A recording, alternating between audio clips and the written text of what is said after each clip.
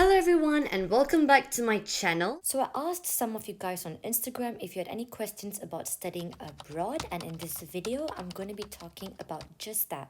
So I've been in France for almost 6 years now, and in those 6 years I've studied in 3 different cities and I've lived in 4. Throughout those 6 years, of course, I've been speaking a lot of French, so French has now become my second language. So without further ado, let's get into it. So question number 1 is, have you ever felt alone?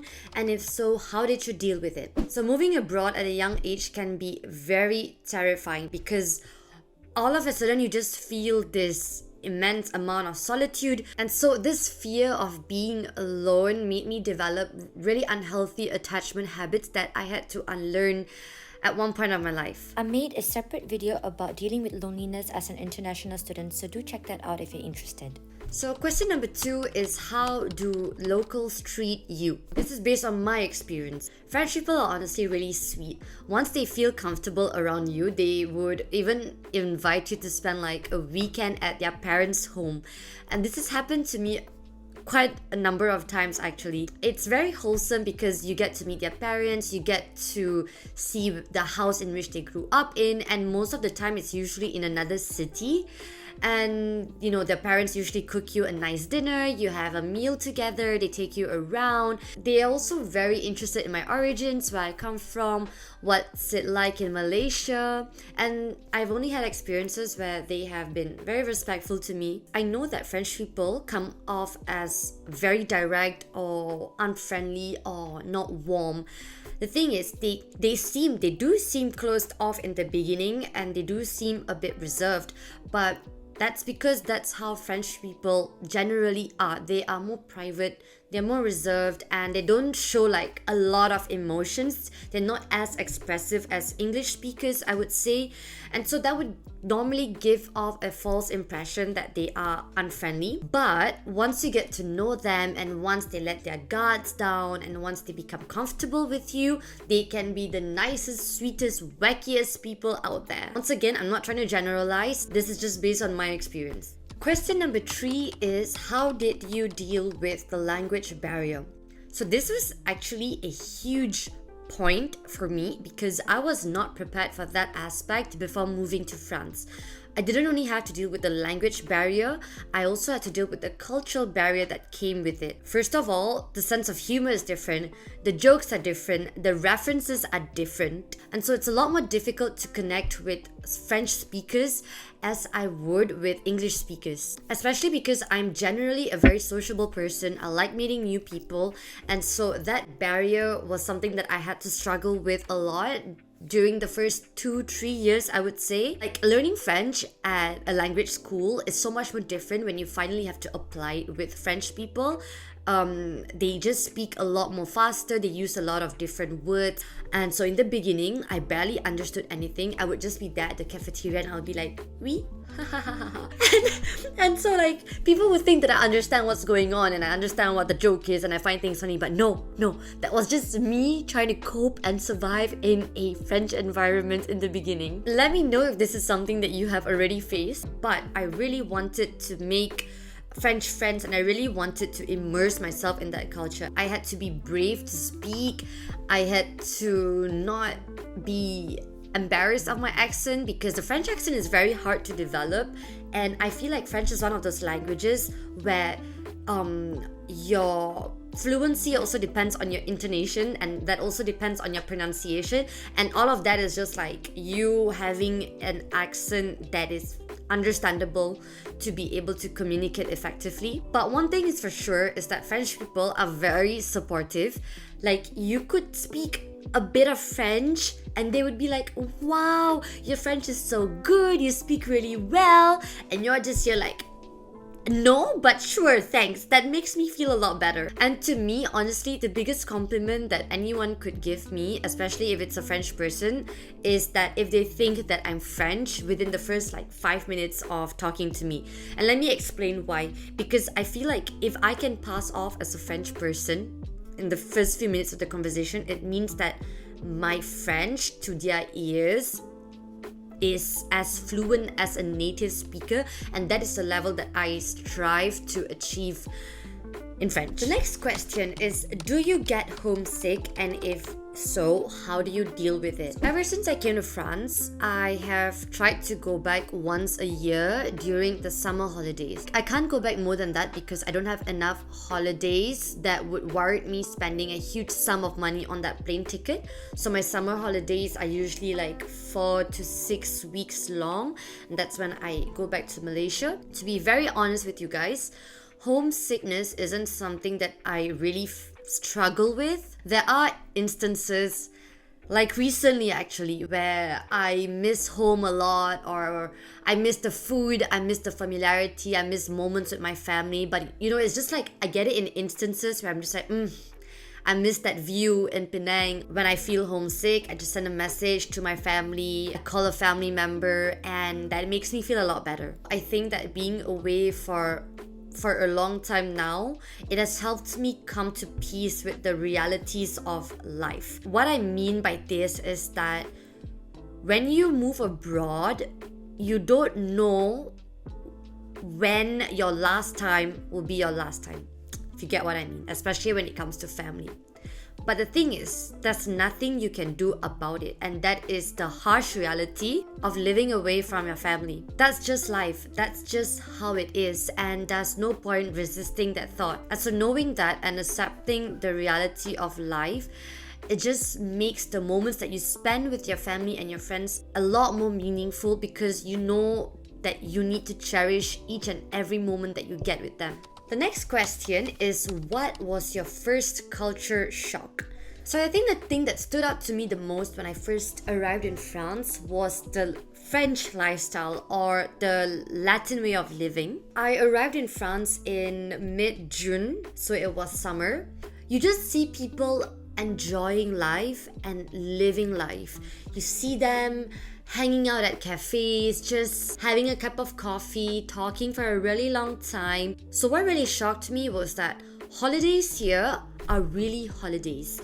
And once again, this is based on my experience and the situations that I got to observe during my 5-6 years in France. On Sundays especially, everything is closed. It depends on where you live. Like in big cities like Paris and stuff, restaurants are open and whatnot. But the moment you go out into like medium-sized cities or smaller cities, things are closed on Sundays. So you are forced to like spend time with your family. Forced. There's actually a lot of value given to family time and personal time and time off work. To be honest, growing up in Malaysia, I never really had holidays. Holidays for me was like the occasion to always do more.